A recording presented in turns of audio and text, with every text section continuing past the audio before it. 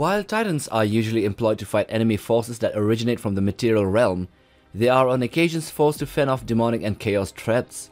While the normal scouts and battle Titans do have deadly array of weaponries, sometimes they aren't enough against forces that are immune to the effects of the material weapons. So here in this video we will take a look into one of the Titans that have been modified and reconfigured to specifically target and kill the demons and chaos forces that emerge from the warp, the Psi-Titan. Let's get to it.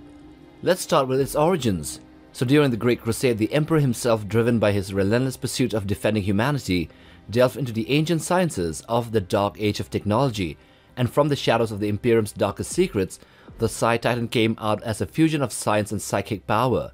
The Emperor then conceived and created the Ciricrux Anima, a psychic amplification matrix which would allow for a god engine to be emerged with the powers of bound alpha psykers, creating a mix of a guiding machine spirit, psyker power sources, and a null anti-psyker configuration. The Ordo Sinister, a secretive Titan legion, embraced this arcane technology, and they took the mighty Warlord Titan, the epitome of the Adeptus Titanicus, and made it into the Warlord-Sinister Psi-Titan. So according to Imperial records, a Warlord Titan typically has a crew comprising of one princeps serving as the commander, 4 moderati responsible for managing its weapon systems, and 2 tech priests offering technical support and maintenance during combat, as well as many servitors. However, in the Psi-Titan configuration, the princeps is replaced by a soulless untouchable, an anti-psyker, a null, a being immune to the immense psychic influence that would be generated by the alpha-grade psykers, and this pilot would be called the Perceptor Intendant. So the alpha psykers are surgically placed against their will to the body of this monstrous creation, and their psychic energies weaponizing the god engine's every move. These psykers take the place of the moderati who would have been normally responsible for the weapons and sensory systems. In the Warhammer lore, the Psi-Titan, which is just another version of a Warlord Titan, would therefore stand approximately 33 meters or 108 feet in height, as by the Warhammer 40,000 Apocalypse rulebook. Like the other Warlord Titans, its first defensive line consists of 6 void shield generators, which creates a force field that deflects or absorbs and blocks incoming enemy weapons and attacks. The shields are stated to be able to endure sustained bombardment from innumerable tanks and artillery without any loss in shield strength. It also has the adamantium armored platings over the ceramite platings that all Titans have. So what makes this Titan defensive capabilities unique though? It is its ability to generate and give off a psychic vibe that instills terror in enemies near its vicinity. Powered by the forbidden Ciricrux Anima, the Warlord-Sinister Psi-Titan wields a psychic might on an immense scale, able to unleash dread with a Shroud of Terror that breaks through even the strongest of wills. Another one of its unique abilities pertaining to its armor and body is the Necrotechica, which is an eerily ghost light that perpetuates in and out of its body.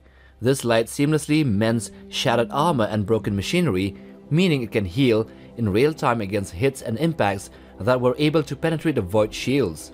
Meanwhile, another ability, which is akin to defense, is the Death Pulse, which is a wave of psychic hatred inflicting damage on the very souls it encounters, both Xenos and Chaos enemies. Then there is something called the Quickening, which allows the psychic energies generated from the Psykers to make the Titan move faster and more agile than most other Titans. And lastly, its head can also emit lightning and storms that strike fear into the enemies that encounter it. Imagine a fast-moving metal giant under a perpetual storm with lightning flashing all around, and the body, which is vaguely seen, is bathed in ghostly lights, while at the same time having a feeling of immense terror and impending doom. But that's just defense. What about offense? The main weapon of the Psi-Titan is called the Sinistra Manus Tenebrae, or the dreaded left hand of darkness, which is also called the Psi-Cannon. With origins shrouded in mystery and likely Xenos technologies, the origins, this weapon taps into the Psi-Titan's formidable psychic potential.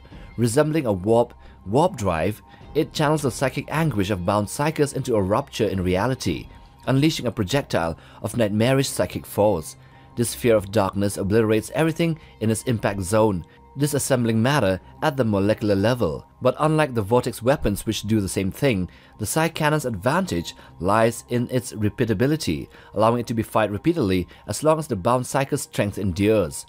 The gruesome aftermath leaves no trace, as if souls were clearly severed from life, making the Psi-Titan an unparalleled harbinger of destruction on the battlefield. However, on the right hand, there can be a variety of weapons installed depending upon the mission requirements. It can boast a bellicosa volcano cannon which gives off a cataclysmic force that destroys everything, while the carapace mounted apocalypse missile launchers can rain destruction from above. 2 bolt cannons, the turrets, and twin-link las cannon turrets also fortify its flanks. Optional replacements for the right arm include the Sun Fury Plasma Annihilator, the Quake Cannon, or a Saturnine Las Cutter, or an Ariok Power Claw, or the Blast Guns.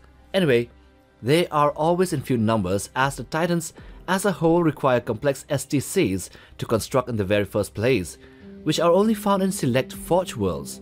So to add to the rarity of the Titans as a whole, the Psi-Titans require a lot of modifications and reconfigurations as well, as rare alpha psykers are hard to find, and nulls as well.